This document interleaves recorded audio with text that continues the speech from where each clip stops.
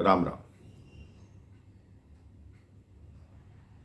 जैसा कि मैं पिछले प्रसंग में सुना रहा था मेरे भाई बहन, किस तरह ऋषि वाल्मीकि ने उन बालकों को शस्त्र के साथ शास्त्र की शिक्षा देनी आरंभ कर दी। अब वो दोनों बालक शस्त्र विद्या में भी पारंगत होते चले गए। किसी पे कोई भी कठिनाई होती, वो बालक सबसे आगे होते। इधर प्रभु श्री राम के राज्य में हर प्रकार का सुख था, शांति थी। एक दिन प्रभु श्री राम अपने गुरु वशिष्ठ के समक्ष गए और बोले कि मेरे मन में हर प्रकार से शांति है, लेकिन मैं चाहता हूं कि पूरे विश्व में धर्म और मर्यादा की स्थापना हो। जो राजा अनैतिक कार्य करते हैं उन सबको समझाया जाए। तो ऋषि वशिष्ठ ने कहा, इसके लिए तो आपको अश्वमेध यज्ञ करना होगा, जिससे जितने भी संसार में राजा हैं वो आपकी बात मानेंगे, आपके अधीन हो जाएंगे। प्रभु श्री राम ने कहा, ठीक है, मैं अश्वमेध यज्ञ अवश्य करूंगा। अब ऋषि वशिष्ठ ने ऐसी बात कही जो प्रभु श्री राम के भीतर तक उनको तोड़ के चली गई।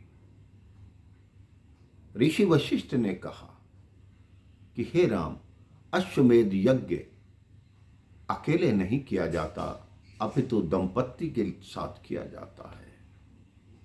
अगर तुम अश्वमेध यज्ञ करना चाहते हो तो तुमको दूसरा विवाह करना पड़ेगा।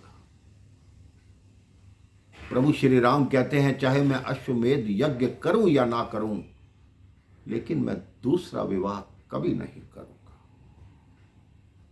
ये बात उस दिन यहीं पर रुक गई। ये सारी बातें ऋषि वाल्मीकि के आश्रम में पहुंची।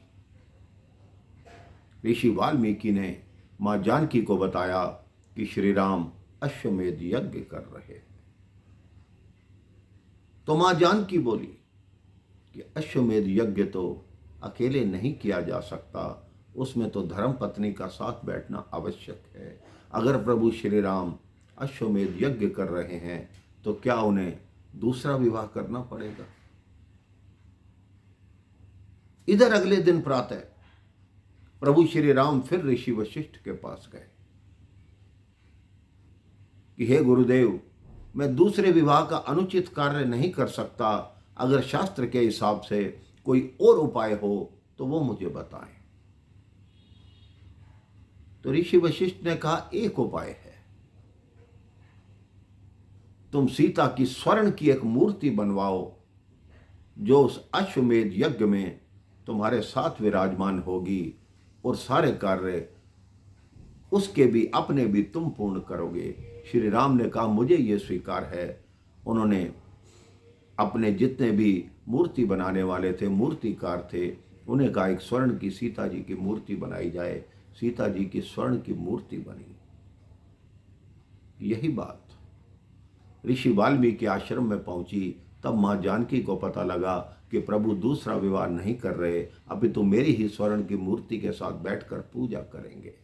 सीता की आंखों से अश्रु बहने लगे। ऋषि वाल्मीकि ने कहा कि पुत्री, अश्वमेध यज्ञ का आमंत्रण मुझे भी आया है। अगर तुम कहो तो लव और कुश को मैं अपने साथ ले जाऊं, अयोध्या में थोड़े दिन घूम आए, मेरे साथ रहें, वहां कुछ राम का गायन करेंगे, लोगों को रामायण सुनाएंगे और अयोध्या की प्रजा को उनकी गलती बताई जाए। ये कार्य ये बालक करेंगे। मां जानकी ने दोनों बालकों को समझाया कि वहां जाना तो ध्यान रखना, किसी से अपशब्द मत कहना, सब हमारे बड़े हैं, अपनी मां का ध्यान रखना, मेरे मान को कम मत होने देना। अब दोनों बालक मां की आज्ञा लेकर ऋषि वाल्मीकि के साथ अयोध्या की ओर प्रस्थान करते हैं, वहाँ पहुँचते हैं, अयोध्या नगरी को देखकर उनकी आंखें चकाचौंध हो जाती हैं। इसके पश्चात क्या होता है ये मैं आपको अगले प्रसंग में बताऊंगा। राम राम, जय श्री राम।